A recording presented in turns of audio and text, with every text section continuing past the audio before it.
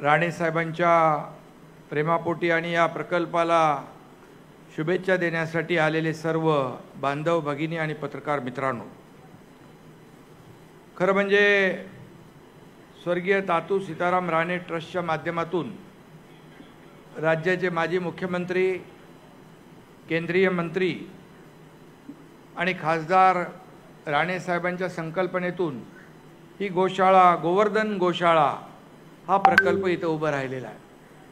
खरं म्हणजे आम्हाला मुख्यमंत्री महोदयांना, आम्हाला सगळ्यांना राणे साहेबांनी सगळी गोशाळा फिरवून दाखवली, काय काय करणार आहोत याची माहिती त्यांच्या लोकांनी दिली। खरं म्हणजे एक आगळा वेगळा हा प्रकल्प या ठिकाणी उभा राहतोय। एक मॉडेल प्रकल्प या ठिकाणी सर्वसामान्य लोकांसाठी, शेतकऱ्यांसाठी एक दिशादर्शक, मार्गदर्शक ठरेल असा हा प्रकल्प आहे। आणि राणे साहेबांचा स्वभाव अगोदरपासून आहे, जे काही हातात घेतलं काम की ते हातावेगळं वेळेमध्ये करायचं याची प्रचिती मला अनेक वेळा आलेली आहे। खरं म्हणजे राणे साहेब मगाशी म्हणाले, इकडे आलो तेव्हा इकडे जागा घ्यायची होती सुरुवातीला, तिकडे एक वाघ होता आणि तो वाघ इथून निघून गेला। आता बाळासाहेबाचा ढाण्या वाघ आला की तो वाघ निघून जाणार ना। आणि खऱ्या अर्थाने हिंदू हृदय सम्राट बाळासाहेबांवर खूप प्रेम राणे साहेबांवर होतं आणि राणे साहेबांचे त्यांच्यावर होतं। हे मी त्यांच्यासोबत काम केल्यामुळे मला माहीत आहे। आणि मुख्यमंत्री असताना देखील एक काम असं निघालं की त्याच्यामध्ये देवेंद्रजी लाखो लोकांचा तो विषय तो धोकादायक इमारतींचा। मला वाटतं चंद्रशेखर त्यावेळेस कमिशनर होते आणि धर्मवीर आनंद दिघे साहेबांना आम्ही सांगितलं हे सगळ्या नोटिसा देत आहेत, पण त्या धोकादायक इमारती आहेत त्याला ठीक आहे, परंतु ज्या चांगल्या इमारती आहेत त्यालाही नोटिसा मिळत आहेत। तर बोलले आता एकच पर्याय आहे, मुख्यमंत्री महोदयांकडे जायचं। मग आम्ही मुख्यमंत्री महोदयांकडे आलो, रात्री 10-11 वाजता आलो, ते 12:30-1ला आम्हाला भेटले आणि दिघे साहेबांनी त्यांना सगळी सांगितली वस्तुस्थिती। मी सभागृह नेता होतो त्यावेळेस आणि राणे साहेबांना सांगितलं या सर्व इमारतींना नोटिसा दिलेल्या आहेत। तर बोलले अरे बाबा नोटिसा दिल्या आहेत, मग त्या जर पडल्या आणि मी स्टे दिला आणि पडल्या तर काय? बोले पडणाऱ्या इमारती नाहीत, या अतिशय मजबूत, याचं ऑडिट केलेलं आहे, स्ट्रक्चरल ऑडिट केलेलं आहे। आणि मग त्यांनी क्षणाचाही विलंब न लावता मुख्यमंत्री महोदय त्याला तात्काळ स्थगिती दिली आणि लाखो लोकांना तिथं त्यांना त्यांच्या घरांचा प्रश्न सोडवण्याचं काम केलं। त्यानंतर मग आपण तर त्या सगळ्या इमारती क्लस्टरमध्ये घेतल्या, आता क्लस्टरमध्ये आपण त्यांचा पुनर्विकास करतो आहे। पण सांगण्याचं तात्पर्य जे आहे की एकदा एक धाडसाने निर्णय कसे घ्यायचे आणि ते नियमात कसे बसवायचे हे राणे साहेबांनी त्यावेळेस आम्हाला दाखवलं। कोकण म्हणजे खरं म्हणजे निसर्गाची मुक्त उधळण आणि संस्कृतीचा सुगंध आणि परंपरांचा अमूल्य ठेवा असणारा हा प्रदेश आहे। खरं तर मगाशी राणे साहेब म्हणाले इकडे सगळं बघितलं आहे, कृष्ण मंदिर आहे, इथे सप्त मंदिर आहे, सगळ्या 7 प्रकारच्या गायी आहेत। इथं आल्यानंतर एक थोडंसं चांगल्या एका देवभूमीत आल्यासारखं वाटतंय आणि म्हणून आज खऱ्या अर्थाने आज राणे साहेबांनी जे काही काम केलेलं आहे खऱ्या अर्थाने ते एक दिशादर्शक आहे। आणि कोकण हा निसर्ग संपन्न, निसर्गरम्य हा परिसर आहे आणि खऱ्या अर्थाने कोकणाला हे वरदान आहे। समुद्र आहे, डोंगर आहे, झाडी आहे, हिरवं घनदाट जंगल आहे आणि म्हणून हा निसर्गरम्य आणि सांस्कृतिकदृष्ट्या असा हा प्रदेश आहे आणि म्हणून हापूस आंब्याला देखील जगाच्या नकाशावर झळकवणारा हा प्रदेश आहे। आणि एका कवीने म्हटलंय, स्वर्गापेक्षा सुंदर असा आमचो ह्यो कोकण, तुम्ही येऊन बघा आणि बघून जावा, प्रसन्न होतला मन।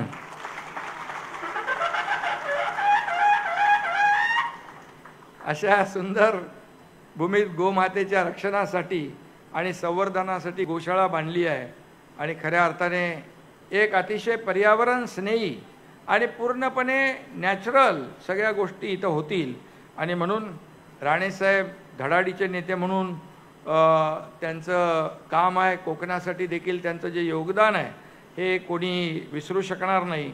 आणि 80% समाजकारण 20% राजकारण बाळासाहेबांचा मूलमंत्र ते अद्यापही विसरलेले नाहीत. आणि म्हणून मी त्यांचं मनापासून अभिनंदन करतो, त्यांना शुभेच्छा देतो. गायीचं तर महत्त्व आपल्याला मला सांगण्याची आवश्यकता नाही. जगातील सर्वात प्राचीन ग्रंथ असलेल्या ऋग्वेदीमधील एका मंत्रामध्ये देखील गायीला उच्चस्थान दिलेलं आहे. आणि म्हणून गायीला महत्त्व एवढं दिलं आहे की गाय केवळ पवित्र नाही, ती अत्यंत उपयुक्त देखील आहे. मगाशी राणेसाहेबांनी म्हटलं की त्या गायीच्या शेणापासून काय करणार, गोमूत्रापासून काय करणार. फक्त इथं गोमूत्र आणि गायी आहेत त्याचं शेण आणि गोमूत्र नाही, शेतकऱ्यांकडून देखील ते पैसे देऊन 5 रुपये आणि 8 रुपयाने विकत घेणार. म्हणजे शेतकऱ्यांची देखील समृद्धी यामध्ये त्यांनी डोळ्यासमोर ठेवलेली आहे. आणि म्हणूनच मी जेव्हा मुख्यमंत्री होतो त्यावेळेस मी देवेंद्रजी अजितदादा आम्ही गोमातेला राज्यमातेचा दर्जा दिला. आणि खऱ्या अर्थाने गोमाता आपल्या सगळ्यांच्या आयुष्यामध्ये फार महत्त्वाचं स्थान आहे. आणि म्हणून ही गोशाळा सुरू करून राणेसाहेबांनी खऱ्या अर्थाने धार्मिक आस्था, जैविक शेती, ग्रामीण अर्थव्यवस्था आणि पर्यावरणपूरक जीवनशैलीला अधिक मजबूत आणि समृद्ध करण्याचा हा प्रयत्न केलेला आहे. कोकणी माणसाला, या भागातल्या शेतकऱ्याला श्रीमंत करण्याचा हा प्रयत्न आहे. आणि म्हणून गोवर्धन पर्वत उचलण्याचं काम राणेसाहेबांनी केलेलं आहे. आणि म्हणून राणेसाहेबांना मी मनापासून अभिनंदन करतो. राणेसाहेबांच्या गोशाळेद्वारे कोकणात धवल क्रांतीचा पाया रचला जाणार आहे. मगाशी आम्ही पाहिलं की गाईच्या दुधापासून पनीर असेल, दही असेल, तूप असेल, लोणी असेल, सगळं बनवत आहे. आणि त्यासाठी लागणारं हजारो लिटर दूध, म्हणजे त्यांची संकल्पना जी आहे या गायींच्या माध्यमातून दूध मिळेलच, परंतु आजूबाजूच्या या संपूर्ण परिसरातल्या शेतकऱ्यांकडून देखील दूध विकत घेतलं जाईल आणि त्यांना देखील पैसे मिळतील आणि खऱ्या अर्थाने त्यांच्या देखील आयुष्यामध्ये चांगले दिवस येतील. असा हा प्रकार पश्चिम महाराष्ट्रात होतो. पण पश्चिम महाराष्ट्रामध्ये गिरवलेला धडा राणेसाहेबांनी कोकणामध्ये आणलेला आहे. त्यामुळे त्यांचं मी मनापासून त्यांना धन्यवाद देतो. मोठा प्रकल्प आहे आपला आणि मला देखील मोह आवरला नाही. माझ्याकडे पण गावाला गोशाळा आहे, परंतु ही अशी नाही आहे. आता मला तुमचं मार्गदर्शन घेऊन अशी करायची आहे. गायीपासून काय काय तयार होतं ते तुम्ही सांगितलेलं आहे. आणि म्हणून खऱ्या अर्थाने महायुती सरकार, मी मुख्यमंत्री असताना देखील अनेक प्रकल्प आम्ही देवेंद्रजी अजितदादा आमच्या टीमने पुढे नेले. आता देखील सागरी महामार्ग करतोय. देवेंद्रजी आता मुख्यमंत्री आहेत, आमची टीम या ठिकाणी गेल्या वेळी जे वेगवान निर्णय आम्ही घेतले, एकीकडे विकास प्रकल्प, दुसरीकडे कल्याणकारी योजना, लाडक्या बहिणीसारख्या अनेक योजना, शेतकऱ्यांच्या योजना, आणि त्यामुळे या महाराष्ट्रातल्या राज्यातल्या जनतेने आपल्या महायुतीला भरभरून दिलं, एक दैदिप्यमान असं यश दिलं, लँडस्लाईड मॅन्डेट दिलं. आणि त्यामुळे आमची सगळ्यांची जबाबदारी आणखी वाढली आहे. आमची टीम ते पुढे देखील त्याच वेगाने, त्याहीपेक्षा दुप्पट वेगाने, आता मुख्यमंत्री महोदयांचा 100 दिवसाचा एक कृती आराखडा होता, त्यात देखील खूप चांगलं काम अनेक विभागाने केलं. आता 150 दिवसाचा आम्ही करतोय. हा कायम, हा जो काही वेग आहे विकासाचा, हा कायम आम्हाला ठेवायचा आहे. आणि म्हणूनच या ठिकाणी विकास तर होईलच, परंतु राणेसाहेबांनी याच्यामध्ये फक्त आपल्या या गोशाळ्याच्या गोवर्धनच्या माध्यमातून एक मॉडेल तयार केलेलं आहे. आणि त्यामध्ये फक्त प्रोडक्शन नाही आहे, तर भाकड गायी ज्या आहेत त्यांना देखील इथं व्यवस्था केलेली जी आहे ते देखील मोठं पुण्याचं काम आहे, आशीर्वादाचं काम आहे. त्या गायी गोशाळेत येतील म्हणजे कसायांकडे जाणार नाहीत, म्हणजे गोवंश वाचेल. आणि म्हणून यामध्ये आपण फार चांगला उद्देश ठेवलेला आहे. आणि म्हणूनच काही वर्षात या धवल क्रांतीमधून कोकणाचा, इथल्या शेतकऱ्यांचा कायापालट होईल एवढंच मी सांगतो. आणि या भागाचा समृद्ध विकास होईल, समृद्धीचं नवं दालन उघडलं जाईल.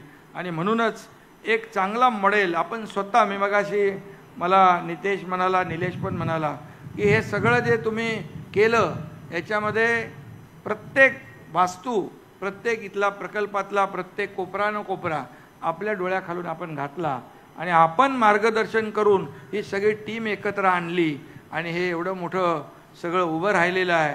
हे खऱ्या अर्थाने संपूर्ण कोकणाला मार्गदर्शक ठरावं अशा प्रकारची इच्छा आणि अपेक्षा व्यक्त करतो. लेटेस्ट अपडेट्स और ताजा तरीन खबरों के लिए TV1 इंडिया लाइव को सब्सक्राइब कीजिए और नोटिफिकेशन पाने के लिए बेल आइकॉन को दबाना मत भूलिए.